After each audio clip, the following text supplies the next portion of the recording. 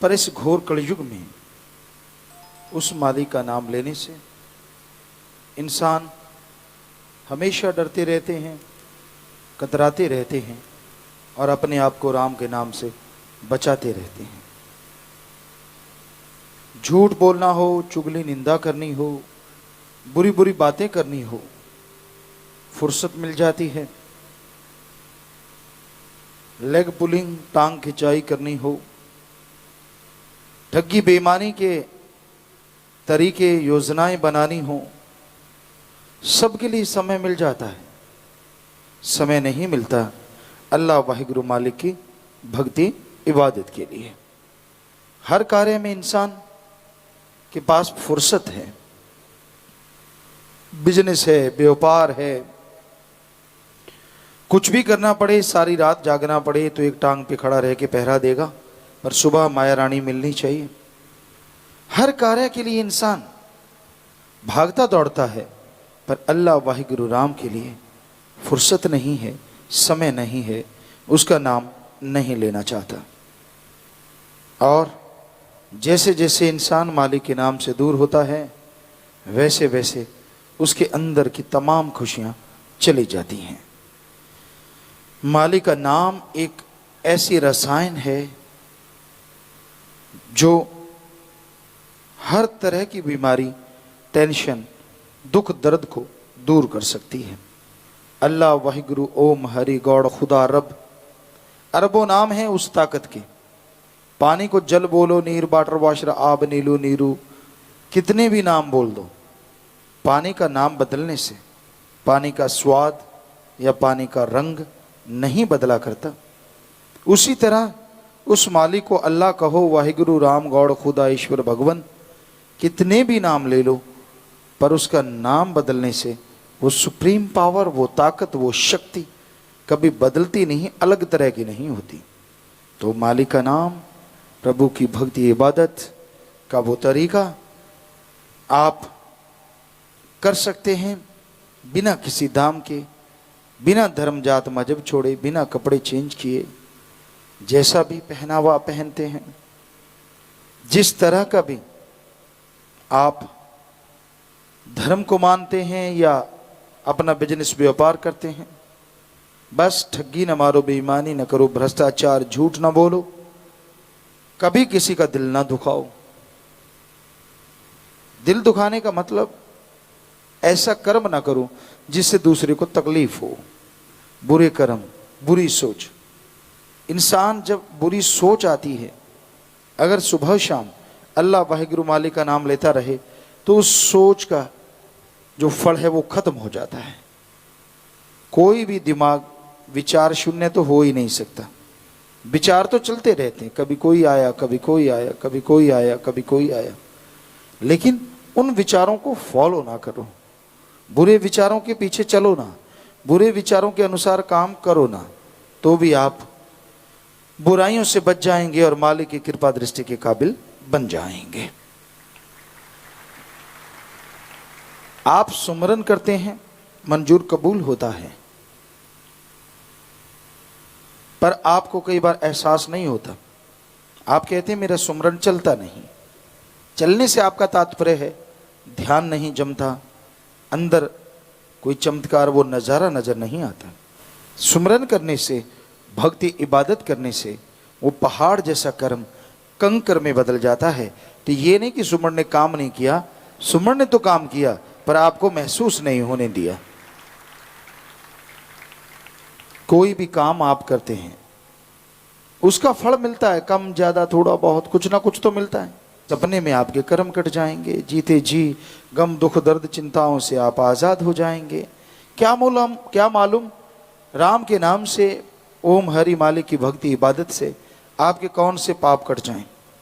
इसलिए मालिक का नाम अगर आप जपना चाहते हैं, उसकी भक्ति इबादत करना चाहते हैं, तो आपको कोई जोर नहीं लगेगा। परिवार नहीं छोड़ना, काम धंधा नहीं छोड़ना, जंगल पहाड़ उजाड़ों में नहीं जाना, वेशभूषा बदलना नहीं, बस अपने विचारों को बदलना है। अपने आप नहीं, सुमरन के द्वारा, राम नाम के द्वारा, अल्लाह वाहिगुरु मालिक की भक्ति इबादत के द्वारा। विचार बदलते जाएंगे और आप मालिक के नजदीक होते जाएंगे। मालिक कभी किसी से कोई पैसा नहीं लेता। ये तो इंसान लेते हैं, इंसान देते हैं। ये तो इंसान का बिजनेस है, भगवान का नहीं। उसको किसी के कोई पैसे से कोई लेना देना नहीं है। तो इसलिए अगर आप मालिक की कृपा पात्र बनना चाहते हैं, उसकी खुशियां हासिल करना चाहते हैं, तो आप मालिक के नाम का सुमरन करें, उसकी भक्ति इबादत करें। वो सुमरन आपको देखी अनदेखी खुशियों से मिलाएगा, सोची ना सोची खुशियों से मिला देगा, आपकी कल्पना या कल्पना से बाहर को आपके पास ला देगा। आप कल्पना भी नहीं कर सकते वो परमानंद की प्राप्ति होगी। ये प्रैक्टिकली मेथड ऑफ मेडिटेशन। लगातार जो जाप करते हैं, लगातार जो भक्ति करते हैं, भक्ति के समय फल की आशा ना करो। फिर भी मालिक ने फल देना है, मालिक से मालिक को मांग के भक्ति करो। इससे सर्वश्रेष्ठ तरीका और कोई नहीं हो सकता। और उसकी निशानियां आनी शुरू हो जाएंगी आपको सपने में, जागते कभी ना कभी मालिक का एहसास होता रहेगा। मन मतों का संग ना करो, मन के पीछे ना चलो। कोई मालूम नहीं, आपकी आंख लगी मालिक दर्शन दे जाए, क्या पता।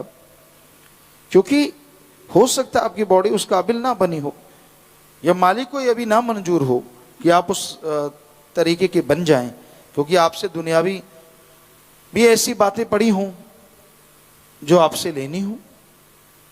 क्योंकि अगर लगन एक बार सुमरन में लग जाए और मालिक के नूरी स्वरूप के दर्शन हो जाएं, काम तो आदमी करता है, ये नहीं कि वो निठल्ला हो जाता है, बेकार हो जाता है, पर उसका फिर मन दुनियावी चीजों में वो मजा नहीं ले पाता जो मालिक का नजारा आता है। वो सारा कुछ त्याग बैठता है, कोई चीज की तरफ ध्यान नहीं जाता, सिर्फ क्योंकि नजारा ही ऐसा है। आम आत्मा सुमरन करके वहां पहुंचती है तो आने का नाम नहीं लेती। वो तो मालिक है जो वापस भेज देता है। 10वां द्वार खुला, चढ़ाई हुई रूहानी, मालिक के नूरी स्वरूप के दर्शन हुए, आत्मा का दिल ही नहीं करता इस गंदगी में वापस आने का। लेकिन शरीर में जितना समय लिखा है वो तो भोगना है, इसीलिए मालिक वापस कर देता है। आप आधा घंटा घंटा का सोचा, नहीं सोचा तो भी कुछ टाइम के बाद मालिक ने वापस शरीर में आपको भेजना ही भेजना है। वैसे भी आप शरीर में होते हैं, तो इतनी खुशियां हैं। ये कोई आपको लुभावने नजारे नहीं बता रहे, आपको ललचाने के लिए नहीं कह रहे। ये 100% सच है, 100% सच है कि वहां जो नजारा है वो ना किसी नशे में है, ना जीवा के स्वाद में है, ना इंद्रियों के भोग विलास में है। यानी दुनिया की किसी भी इच्छा में, किसी भी इच्छा पूर्ति में वो नजारा नहीं है जो मालिक के नूरी स्वरूप की एक झलक में अरबों गुना बढ़ के मिलता है। ऐसा है भगवान, तो उसको पाना है, जरूर सुमरन करते रहिए, वो दर्शन देंगे। किस रूप में देते हैं ये उनकी मर्जी है, लेकिन संत पीर फकीर गुरु के रूप में भी दर्शन दे सकते हैं, वो अपने नूरी स्वरूप में दर्शन दे सकते हैं, वो लाइट प्रकाश के स्तंभ के रूप में दर्शन दे सकते हैं। वो मर्जी के मालिक हैं। इंसान कहता नहीं मेरी मर्जी, नहीं तेरी मर्जी नहीं। हाँ, अगर आप अपने गुरु पीर फकीर पे पूर्णतः यकीन दृढ़ विश्वास करते हैं, हो सकता है मालिक उस स्वरूप में आके नूरी दर्शन दे जाएं या वैसे दर्शन दे जाएं। ये तो आपके यकीन की है बात कि आप किस पे यकीन करते हैं। तो भाई ये राम नाम की महिमा है, इसे अकल इल्म वाले नहीं पढ़ सकते, क्योंकि जो पढ़ के कड़ जाते हैं, सारा दिन दूध कड़ता रहता है, उस पे मलाई आ जाती है और उसे उतार लो तो घी भी नहीं आता, जरा सा आता है नाम मात्र। तो उस तरह कईयों का पढ़ पढ़ के कट जाते हैं। उनको मालूम होता है इतना फिर वही कवई, इतना फिर वही कवई, इतना फिर वही कवई, कोई फर्क नहीं पड़ता, गलती करते रहो, बुरे कर्म करते रहो, क्या है, कुछ नहीं होता। ऐसी फजूल बातें। ये है मन, शरेआम मन। और आत्मा कहती ना भाई ना, बुरे कर्म ना कर, लेने के देने पड़ेंगे, समय आएगा।